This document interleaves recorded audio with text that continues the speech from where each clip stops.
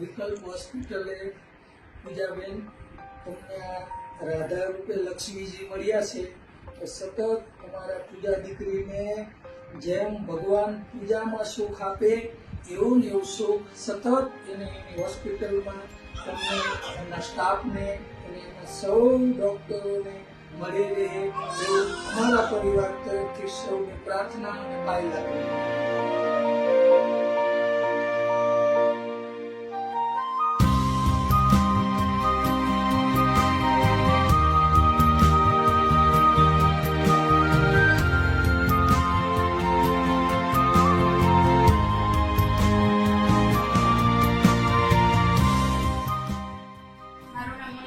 છે.